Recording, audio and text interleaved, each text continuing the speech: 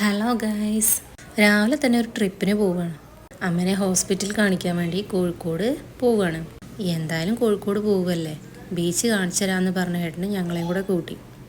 ഒരു വെടിക്ക് രണ്ട് പക്ഷി എന്നൊക്കെ പറയില്ലേ, അതുപോലെ ബീച്ച് കാണാനാണെന്ന് പറഞ്ഞപ്പോൾ നീനൊന്ന് ലീവാക്കി. അങ്ങനെ ഞങ്ങളെല്ലാവരും കൂടെ ഒരുമിച്ച് പോവുക. അങ്ങനെ യാത്ര തുടർന്ന് ഞങ്ങൾ അരീക്കോടുള്ള ഒരു തട്ടുകടയിൽ കയറി.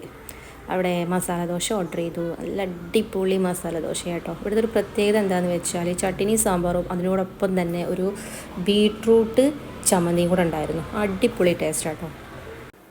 ഈ ഒരു തട്ടുകട വരുന്നത് അരീക്കോടാണ്.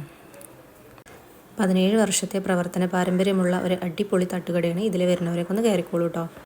അങ്ങനെ ഞങ്ങൾ കോഴിക്കോടുള്ള ഡോക്ടർ അനൂഫ് റൂമ കെയർ ക്ലിനിക്കിലെത്തി. ഇവിടെയാണ് അമ്മേനെ കാണിക്കാറുള്ളത്. ഇവിടെ എത്തി പാറു ഭയങ്കര ഹാപ്പി ആൻഡ് കൂളായിരുന്നു. അങ്ങനെ പതുക്കെ ഞങ്ങൾ ഇവിടെ നിന്ന് ഇറങ്ങി ഫുഡ് കഴിക്കാൻ വേണ്ടിയിട്ട് ബീച്ച് റോഡിലുള്ള ഒരു പ്യുവർ വെജ് സുപ്രഭാതം റെസ്റ്റോറൻറ്റിൽ കയറി. മണ്ഡലകാലം ആയതുകൊണ്ട് സദ്യ കഴിക്കാമെന്ന് വിചാരിച്ചു. ഇവിടുത്തെ സദ്യ അടിപൊളി സദ്യയാണ് കേട്ടോ.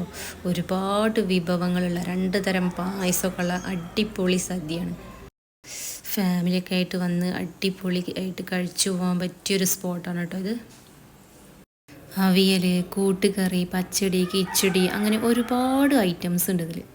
സദ്യ കഴിക്കുന്നതിലേറെ എനിക്ക് പ്രധാനം സദ്യ കഴിച്ചിട്ടുള്ള പായസം കുടിക്കുന്നതിലാണ്.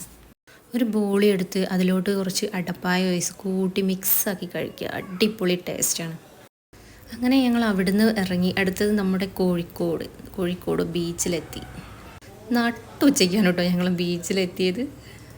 ബീച്ചിലൊക്കെ വരികയാണെങ്കിൽ ഒന്നുകിൽ രാവിലെ അല്ലെങ്കിൽ വൈകുന്നേരം, അതായിരിക്കും അടിപൊളി ടൈം.